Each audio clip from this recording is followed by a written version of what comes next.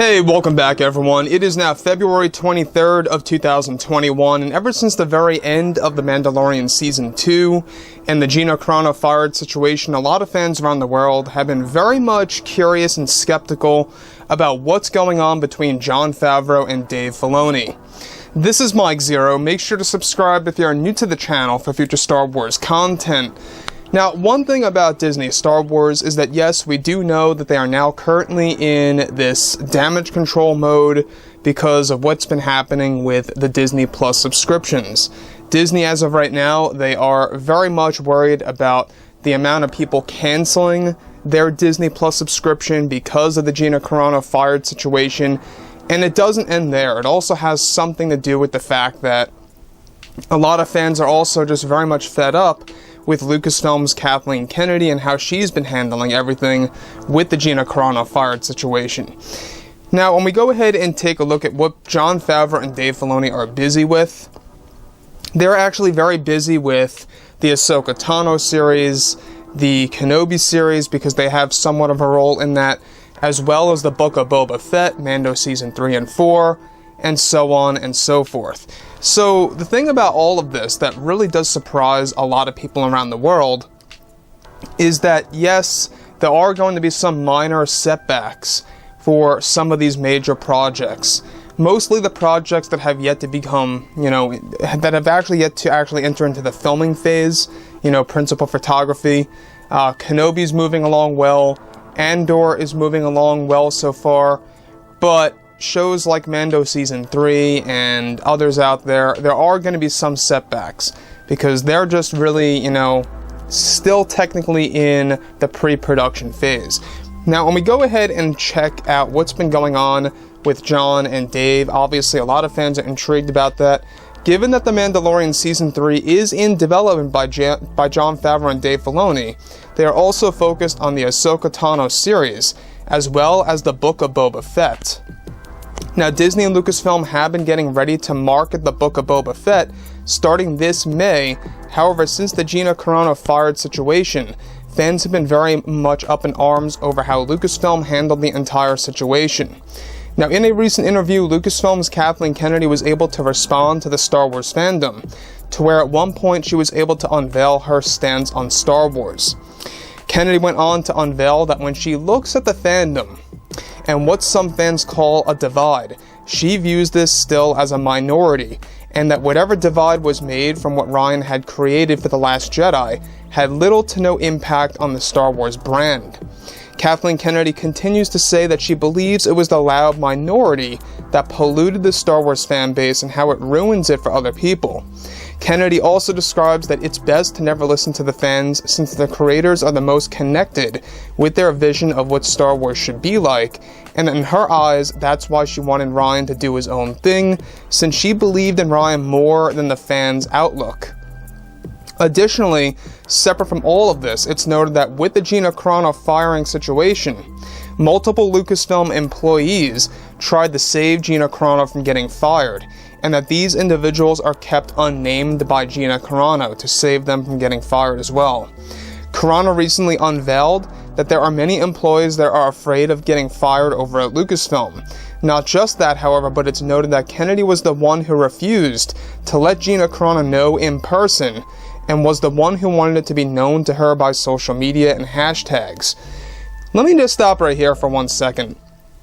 Is that the fact that Kathleen Kennedy was behind the entire situation of firing Gina Carano through social media is disgusting. It's pathetic in my book, and it should have never been done like that. Even if she did an email, that still would have been low. It's kind of like, the great analogy is like if you're in a relationship and you break up through, let's say, a rumor, that's been going around. You find out that way through friends or acquaintances, or if you find out through a text. It's just very ugly and it's very low. And that's how I view Lucasfilm and how they handled Gina Carano's firing, at least. The way that they fired her was unacceptable, and it really should have been handled in a different light. Face to face, they should have called her in, called her up on the phone, told her to come in to the studio, and let her know in a very smooth manner that she's going to either be done today or in X amount of days and just shift her out. Now, here's the other thing. All right, we also know that a lot of fans are very much up in arms over Gina Carano's firing because of the double standard. And we've talked about this before. The double standard, that of course being how Pedro Pascal was not fired by Disney, how James Gunn was not fired by Disney. You guys know exactly what I'm talking about, what they had posted before in the past on Twitter. Now on to Kathleen Kennedy. It really seems like that what she is doing, alright, and how she sees the Star Wars fans is that they have no say in the matter. That they have no overall connection to the creators. That's how she wants it, and that's how she believes it should be. And obviously that's not the way to go about doing things. That's exactly why The Last Jedi failed. I'm still shocked that she still calls it and believes that everything is a minority right now. Still, the backlash of The Last Jedi and what's going on as well with the Star Wars overall. Like, the amount of people that are just against Disney Star Wars. She still views that as a minority. Now, you guys may have a different opinion than mine, but I view that as a majority. I really do believe that there are a lot of Star Wars fans. I would assume maybe even 75% of fans that are very unhappy to a certain level about the sequel trilogy in different ways. You know, I don't think that every Star Wars fan, of course, is going to feel like that, but I believe a large amount that practically makes up the hardcore fandom, the real fans that really support, you know, Lucasfilm and Disney, like buying the merchandise and buying tickets at the movies multiple times. Fans like that have a lot of issues with what's been going on with Disney Star Wars. That's a fact. So, beyond this as well, the thing that also surprises me the most here is how Kathleen Kennedy also sees, alright, she also sees the Star Wars fans as a burden.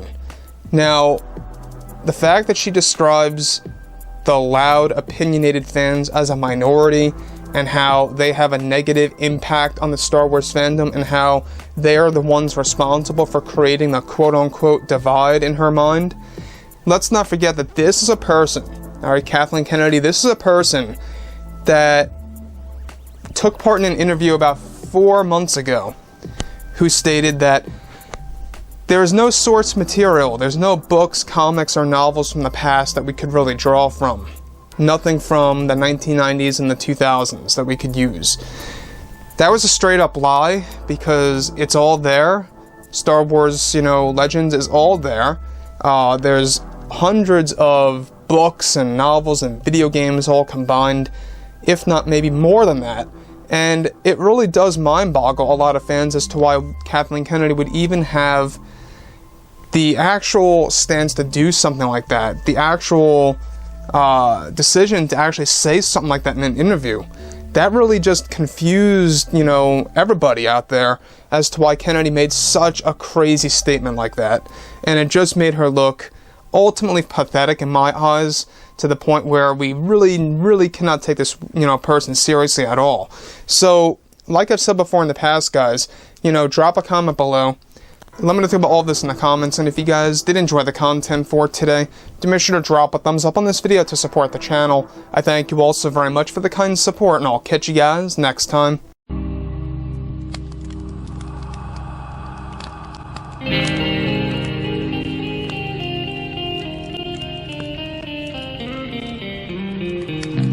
Gun in hand, we are alone again. No, I'm not the one from night to morning.